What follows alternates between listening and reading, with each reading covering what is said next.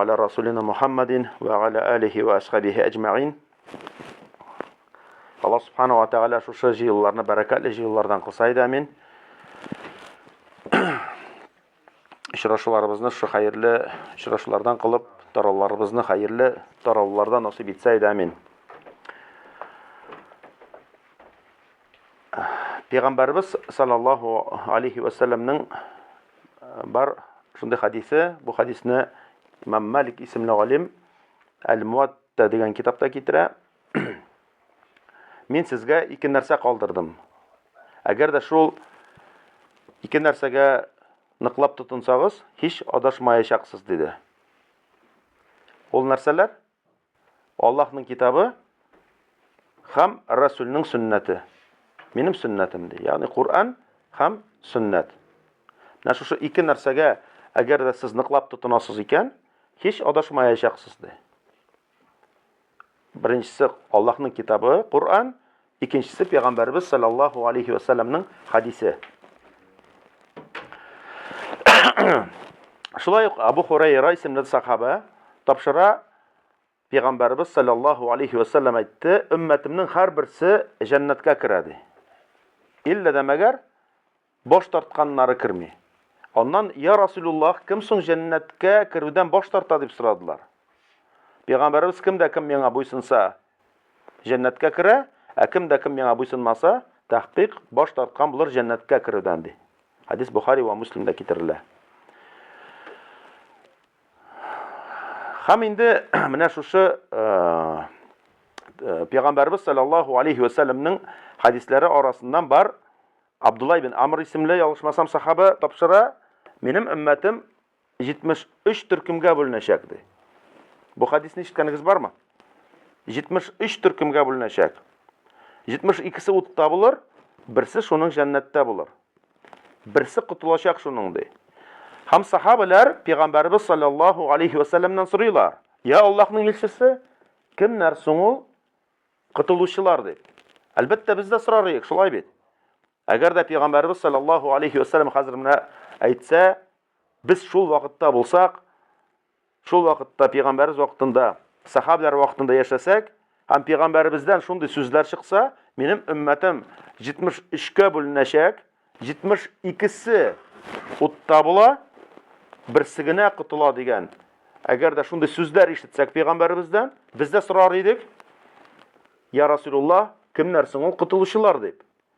Ham sahabalarda shulay so'ray: "Ya Rasululloh alayhi salatu vassallam, kimlar so'ng qutuluvchilar?" Payg'ambarimiz sallallohu alayhi va sallam nasa deb javob beradi: "Men ham mening bilan bo'luvchilar.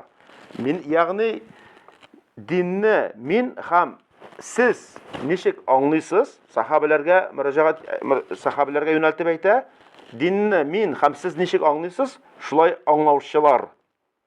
Bular qutuluvchilar." Ya'ni mana islom dini ingdirildi bizga. Qur'on jibarildi, sunnat jibarildi. Mana ham shu Qur'on ham sunnatni anglav degan narsa bor. Qur'on ham sunnatni mana Payg'ambarimiz ham sahabalar nechik angladi? Na shulay anglovchilar qutulashaq ol sunnat ahillari. Biz eshitib bilamiz shulay bit. Bir ko'p firqalar bor. Harijitlar degan firqa bor. Murji'lar degan firqa bor. Şiitlar, mısın işte biləsin, şulay bit, şeyğalar, şiitlar. Na bu firqalar, qadaritlar degan, jabaritlar degan bir ko'p firqalar bor.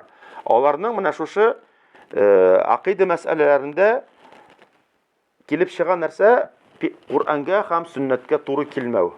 Ya'ni mana qo'y bir masalalarni biz bunda endi to'xtalib turmaymiz. Qo'y bir masalalarni ular Payg'ambarimiz ham sahabalar anglagancha anglamay.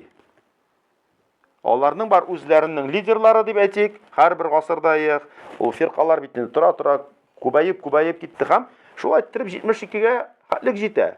72 adashu firqasi.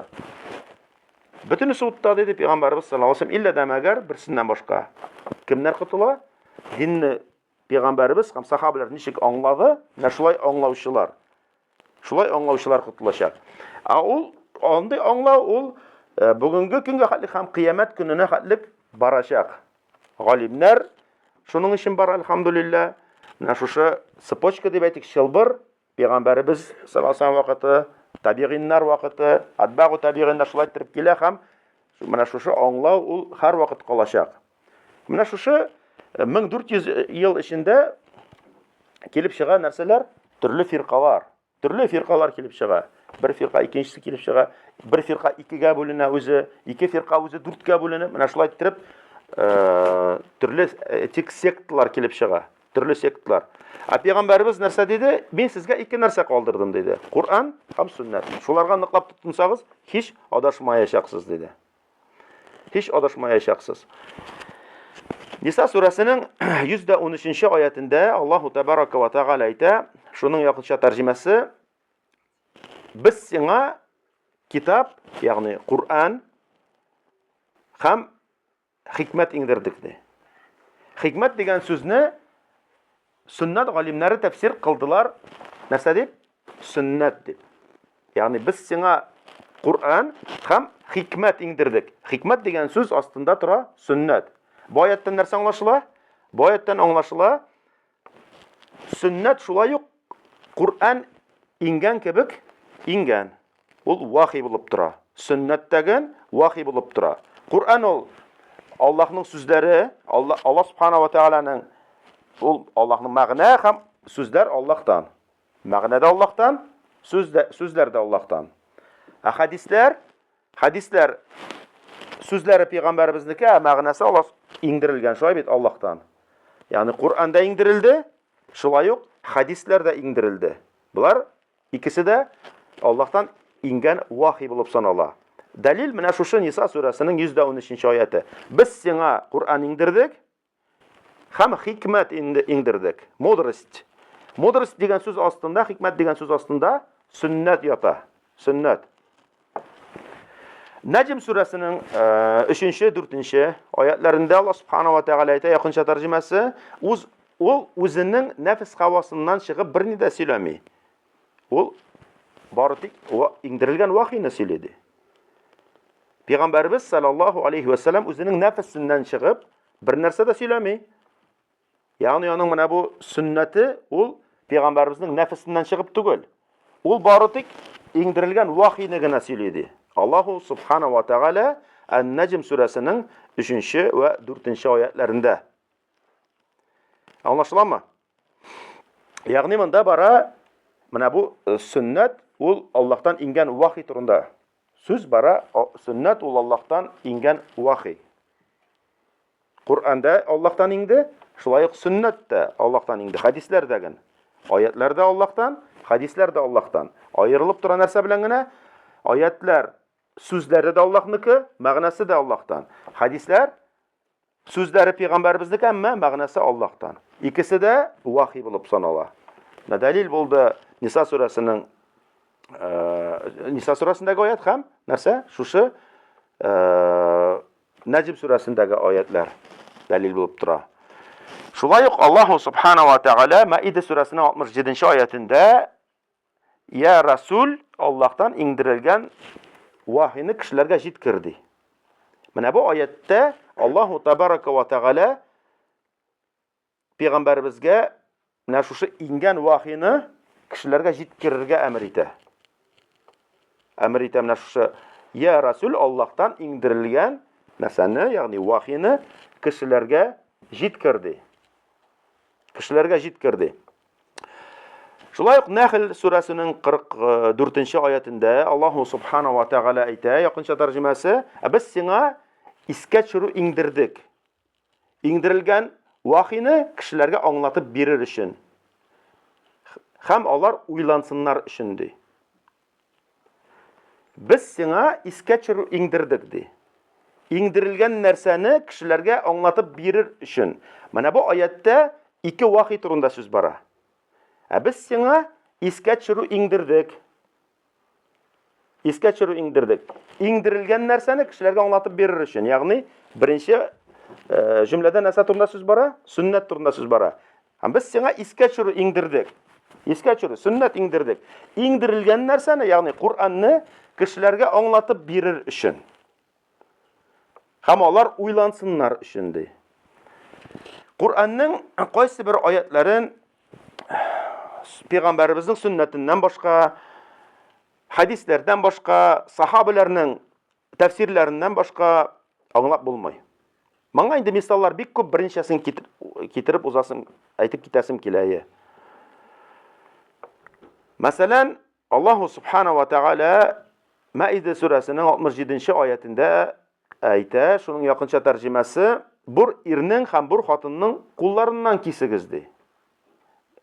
Yani İslam devletinde, şeriat devletinde burlarının kullarından kesiler. Şulay bit.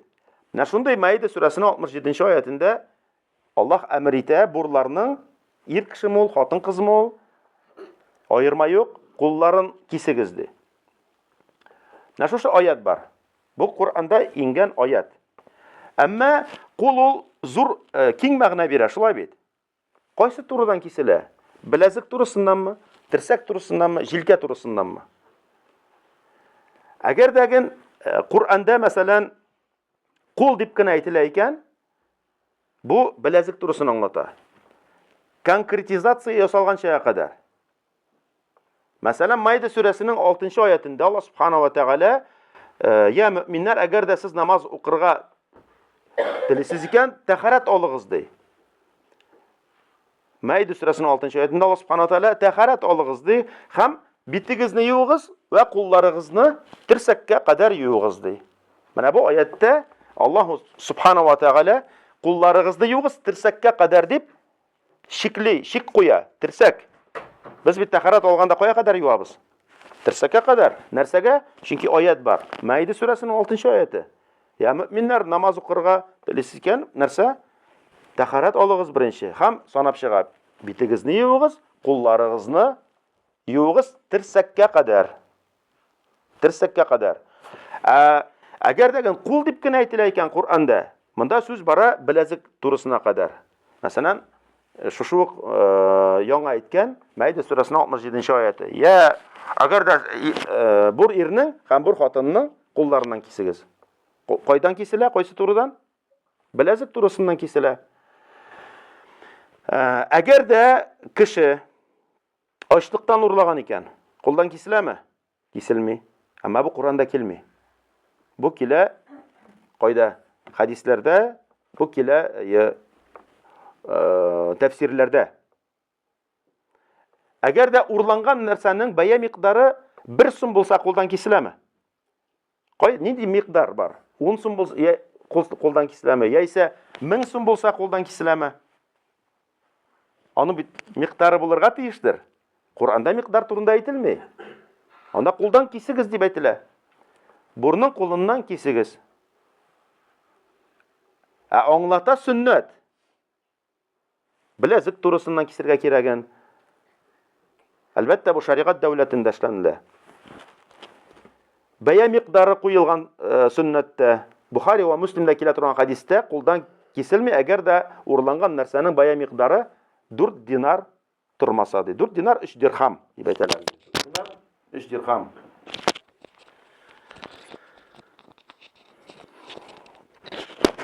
Yani kuldan bunda tursa işlemiken bu? Anlaşıla mı? Anlaşıla mı nerse aytesim kile? Yani Kur'an'da ingen ayetlerini sünnetten başka, hadislerden başka, tefsirlerden başka ile anlap bulmay. Şu buna misal. Maide suresindeki ayet. Bir irning ham bir xotinning qo'llaridan kesigiz. Miqdar turunda sünnette aytildi. Şulay tefsirlerde aytila, oç kişinin açlıktan nurlagan eken eğer de o qo'ldan kesilmi. Eğer de o açlıktan nurlagan bolsa, bu hakta Kur'an'da aytilmi. Bu hakta tefsirlerde kile. Şulay ul urlangan nerse bisxozni bulurga tiyişti ol. Yani гадәттә соклана торган булырга тиеш. Кеше соклый торган булырга тиеш аны. Әгәр дә кеше аны сокламыйча тота икән, урланса, бу вакытта шулай кулдан киселми. Менә үзенең тәртибе бар. Менә бу тәртип килә кайда? Сөннәттә. Менә бу тәртип килә сөннәттә. Чөнки Кур'анда вахи, сөннәттә вахи. Аятләрдә вахи, хадисләрдә вахи. Nahl suresinin 44. ayetinde Biz сиңа искә төшерү иңдердек, ягъни сөннәт иңдердек. Иңдерелгән нәрсәне, Куранны аңлатып бирер өчен. Аңлатып бирер өчен. Һәм алар уйлансыннар өчен ди Аллаһ Субханаһу ва Тәгалә. Икенче мисал. Намазның бар шартлары, бар рукыннары, бар ваҗибләре, бар сөннәтләре, шулай бит. Әгәр дә шартлары, рукыннары чүп калса, мәсәлән, намаз дөрес булмый. Намаз дөрес булмый. Намазның шартыннан мисал өчен намазның вакыты кирү. 5 вакыт намазның кирә торган һәм чыга торган вакытлары бар. Куръанда бу хакта ишара белән генә әйтелә. Әмма сөннәттә бәйнә һәрбер намазның кергән һәм чыккан вакыты хакында подробно аңлатыла. Бу кайда аңлатыла? Сөннәттә аңлатыла, хадисләрдә аңлатыла. Шулай ук намазның бар рукыннары, намазның бар ваҗибләре, алар Куранда әйтелми. Алар кайда килде безгә? Хадисләрдә килде, сөннәттә килде. Сөннәттә килде. Аңлашыламы? Шулай ук тагын бер мисал, Аллаһ Субханаһу ва Тәгалә Әл-Ан'ам сүрәсендә харам булган малларны санап китә. Бисмиллахсыз яисә Аллаһ ризалыгы өчен чалынмаган мал харам ди. Үләксәне харам ди, дуңгызны харам ди, бугаз канын харам дип әйтә. Әмма йорт ишәгенең ите хараммы? Харам. Моның харамлыгы хакында Куранда әйтелми. Йырткыч булган казык тишле, кылыклы дип әйтик, хайваннарның итләре хараммы? Харам. Бу хакта Куранда әйтелми. Тырнаклы булган кошларның итләре хараммы? Харам. Бу хакта Куранда килми. Бу хакта килә Пәйгамбәребезнең хадисләрендә. Шул хадисләрдән Пәйгамбәрбез саллаллаһу алейхи ва саллям әйтте, сезгә Кур'ан һәм шуңа охшаган нәрсә иңдерелде ди. Шуңа охшаган нәрсә дигәнне галимнәр тәфсир кылалар. Шарх биреп әйтәләр нәрсә дип? Сөннәт дип. Кур'ан иңдерелде һәм шуңа охшаган нәрсә, ягъни сөннәт иңдерелде. Һәм якын шул вакыт ди Пәйгамбәрбез, Пәйгамбәрбез саллаллаһу алейхи ва саллям кыямәт сәгатенең галәмәтен әйтә. Якын ди шул вакыт. Кайчан утырып торучы кеше әйтер, фақат Кур'анда гына кушылганнарны үтәгез һәм фақат Кур'анда гына тыелганнардан тыелыгыз. Кур'ан белән генә шикләндер. Андый фирка бар. Коранистлар дип әйтәләр аларны. Кур'анчылар. Ягъни Кур'анны гына алалар, хадисләрне калдыралар, сөннәтне калдыралар. Пәйгамбәрбез саллаллаһу алейхи ва саллям менә бу кешеләрнең килеп чыгачагы хакында безгә кисәтте. Әмма ди дәвам итә Пәйгамбәрбез саллаллаһу алейхи ва саллям, сезгә харам кылынды йорт ишәгенең ите ди. Шулай ук йырткыч булган казык тишле хайваннарның итләре, мәсәлән, бүре ите, аю ите, ул харам. Моның харамлыгы хакында Куранда килми, моның конкретный аят белән, моның харамлыгы хакында килә нәрсә? Хадисләрдә. Хадисләрдә, сөннәттә килә. Шулай ук йырткыч булган тырнаклы кошларның итләре, бөркет ите, харам ислам динендә. Моның харамлыгы хакында менә Имам Муслимдә килә торган хадистә әйтелә. Аңлашыламы? Ягъни Кур'анны әле аңлап булмый, сөннәттән башка. Сөннәт тәфсир кыла Кур'анны. Хадисләр тәфсир кыла. Бу беренче генә мисал китерәм сезгә. Мисаллар бик күп. Шулай ук мусульман ир кешесенә алтын кию, ефәк кию тыелган. Моның тыелганлыгы хакында Куранда әйтелми. Моның харамлыгы хакында Пәйгамбәрбезнең хадисләрендә килә. Куранда юк. Моның харамлыгы буенча. Сезгә менә ир кешегә алтын кию, ефәк кию тыелды дип Аллаһ Куранда әйтми. Бу хакта килә Пәйгамбәрбезнең сөннәтендә. Шулай ук тагын бер мисал, шушы мисал белән инде шикләнербез. Иншалла Аллаһ Субханаһу ва Тәгалә Куранда әйтә, шуның якынча тәрҗемәсе, шулар кайсылары иман китерделәр һәм үзләренең иманнарына zulm итмәделәр, алар иминлектә һәм алар туры юлдан баручылар ди. Менә шушы аят ингәннән соң сахабалар бик ник борчылдылар. Һәм Пәйгамбәрбез янына килеп, саллаллаһу алейхи ва саллям, я Аллаһның илчесе, кайсыбыз соң безнең үзенең иманына zulm кылмый дип. Алар курыктылар. Чөнки аятта шулар кайсылар иман китерделәр һәм иманнарына zulm итмәделәр. Гадилсizlik кылмадылар иманнарына. Алар иминлектә һәм алар туры юлдан баручылар ди. Сахабалар бурчылдар да, "Я Расулуллах, ким соң безнең үзенең иманына zulm итми? Без бит һәрберебез адәм баласы, хаталана, кеше, ялгыша." Һәм Пәйгамбәрбез саллаллаһу алейһи ва саллям нәрсә ди? "Әллә сез ишетмәдегезме?" ди. Лукман алейһиссаламның үзенең малаена биргән үгет насихатын ди. "Я улым", һәм аят укый. "Я улым, Аллаһка ширк кылма." Дөрестлектә ширк улуг zulm булып тора ди. Ягъни менә бу аяттагы zulm дигән сүз ширкны аңлата. Пәйгамбәрбез саллаллаһу алейһи ва саллям бу аяттагы zulm дигән сүз шулар кайсылар иман китерделәр һәм иманнарына zulm кылмадылар. Ягъни иман китергәннән соң ширк ясамадылар. Ширк кылмадылар. Алар иминлектә һәм алар туры юлдан баручылар. Ширк дигән сүзне аңлата диде Пәйгамбәрбез. Zulm дигән сүз ул монда ширк дигән сүзне аңлата диде. Һәм китерде аят. Аят Лукман алейһиссаламның малаена биргән үгет насихаты. "Я улым, Аллаһка ширк кылма", дөрестлектә ширк улуг zulm булып тора ди. Бу аятта сүз бара ширк турында. Аңлашылдымы? Ягъни беренчесе булды сөннәт, ул Аллаһтан иңдерелгән. Кур'ан кебек. Дәлилләр китердек. Икенчесе, менә шушы иңдерелгән нәрсәне Мәйдә сурасының 67-нче аятында "Я Расул кешеләргә иңдерелгән нәрсәне җиткер". Икенчесе, Кур'анны һәм сөннәтне Аллаһу табарака ва тәгалә Пәйгамбәребезгә нәрсә ди? Кешеләргә җиткер ди. Җиткергә куша. Икенчесе. Өченчесе булды нәрсә? Кур'анны әле аңлап булмый хадисләрдән башка. Хадисләр тулыландыра, аңлата, тәфсир ясый. Берничә мисал китердек. Моның буенча берничә мисал китердек. Мисаллар күп. Ягъни аятларны тәфсир кыла. Нәрсә? Сөннәт, хадисләр, сахабаларның сүзләре, менә алар бөтенесе дәген аңлата аятларны. Нәрсә турында сүз бара.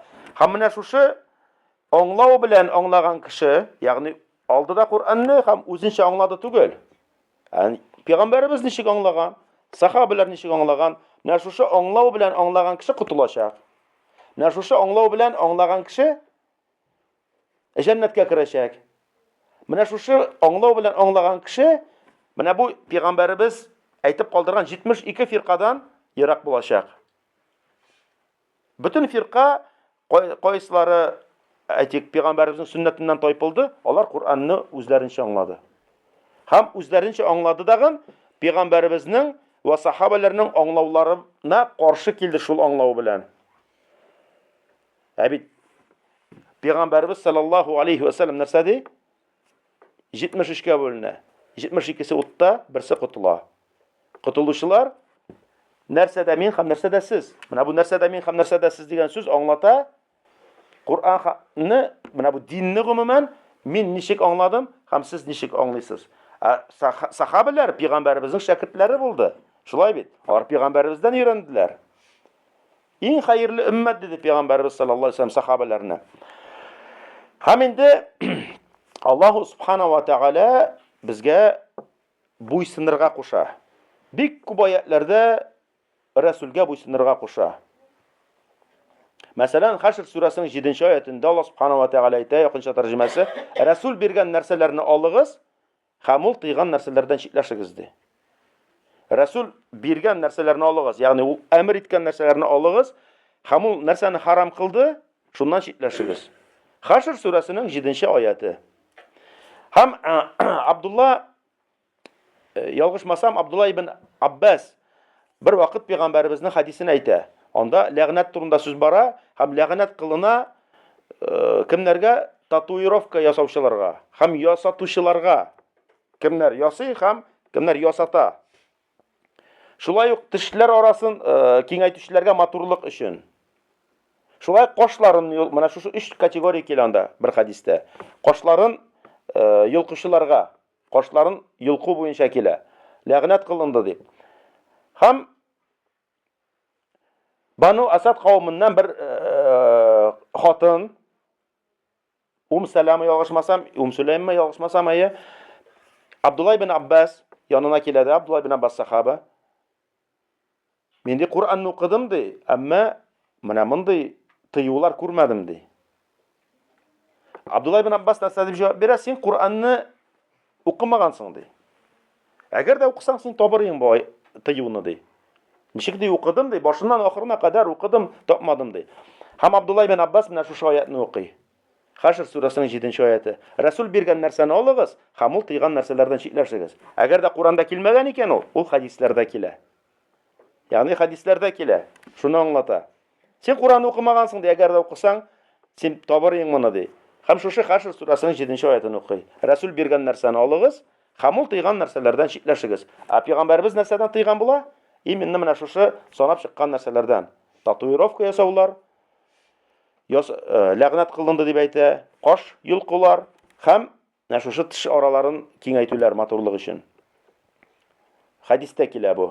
Аят ничек әйтә? Расул биргән нәрсәне алыгыз, һәм ул тыйган нәрсәләрдән читләшегез ди. Читләшегез. Бу сахих хадис Имам Муслим җыентыгында килә. Имам Муслим җыентыгында.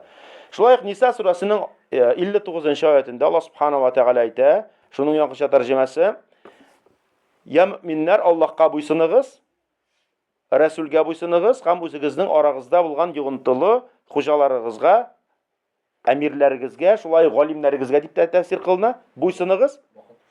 Әгәр дә алар Аллаһка һәм аның Расулына итагать итүчеләрдән булсалар ди.